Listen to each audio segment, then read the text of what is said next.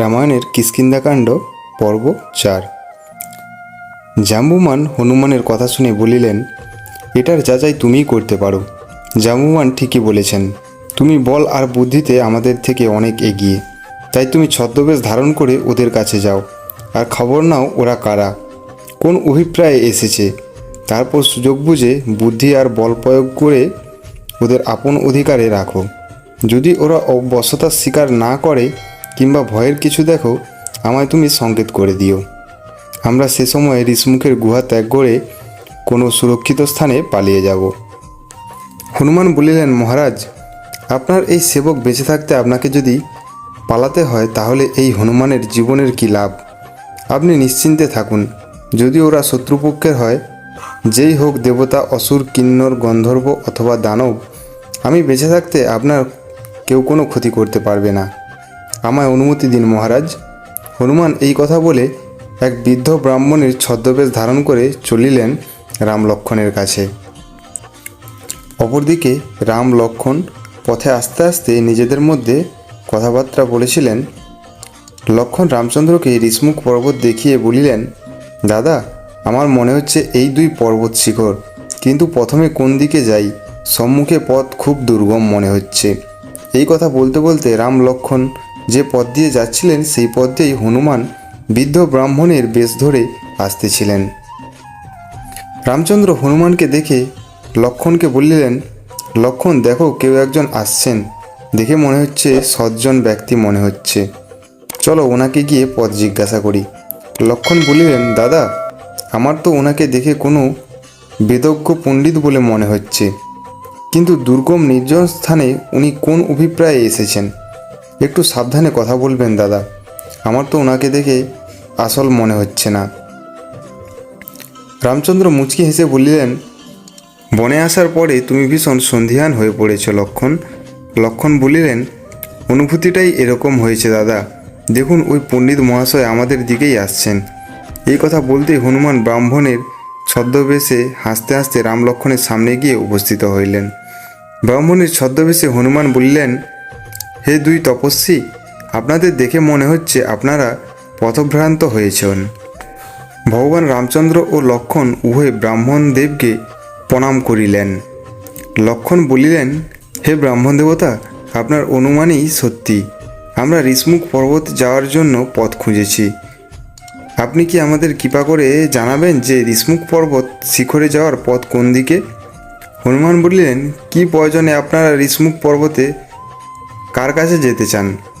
বহু বছর কেটে গেল, এই পথে কারোরই আগমন ঘটেনি। আপনারা কেন এত আগ্রহী যাওয়ার জন্য? লক্ষ্মণ ক্রোধান্বিত হয়ে বলিলেন, হে ব্রাহ্মণ দেবতা, আপনি আমাদের প্রশ্নের উত্তর না দিয়ে উল্টো আমাদেরকে প্রশ্ন করছেন। এই কী ধরনের কথা? দাদা, আপনি এর ফাঁদে পড়বেন না। আমরা নিজেদের পথ নিজেরাই খুঁজে নেব। রামচন্দ্র বললেন, তোমার কথা সম্পূর্ণ নিরর্থক নয়, তবে এনার সাথে আমাদের মিত্রতা শুভদায়ক হবে।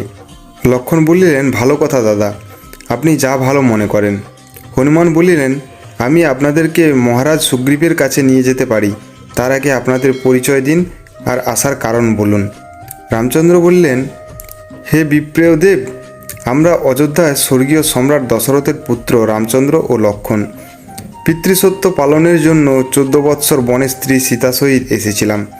দুষ্ট রাবণ আমার স্ত্রী সীতাকে হরণ করে লঙ্কায় নিয়ে গেছে। লঙ্কা কোথায় আমরা জানি না। আমরা সুগ্রীবের কাছে সাহায্য চাইতে এসেছি। আমরা জানতে পেরেছি যে মহাবলী সুগ্রীব ঋষমুখ পর্বতে বাস করেন। আমরা তার সাক্ষাৎ প্রার্থী। শুনে হনুমান ব্রাহ্মণ বেশ ছেড়ে স্বরূপে এসে ভগবান শ্রীরামচন্দ্রের চরণে লুটিয়ে পড়লেন। হনুমান মহারাজের নয়নের বাড়িধারা দ্বারা ভগবান শ্রীরামের চরণের ধূলিসকল ধুয়ে গেল। হনুমান রোদন করতে করতে বললেন, হে প্রভু ভগবান, আপনার এতদিনে করুণা হলো। আমি কতকাল ধরে কেবল আপনাকেই ডাকছিলাম। হে ভগবান, আপনার চরণ স্পর্শ করে আমি যে সুখ প্রাপ্তি করলাম তাই ত্রিভুবনে কোথাও নেই।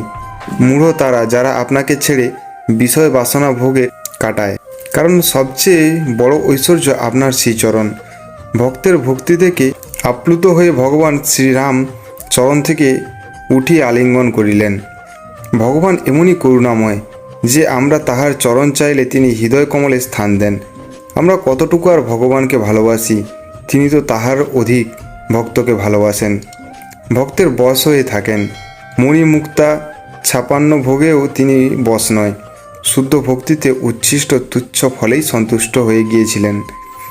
তিনি যে এই শুদ্ধ ভক্তির বশ, ভগবান রামের নয়ন দিয়ে এমন ভক্তি দেখে মুক্তাধারার ন্যায় বিন্দু বিন্দু রূপে অশ্রু নির্গত হয়েছিল।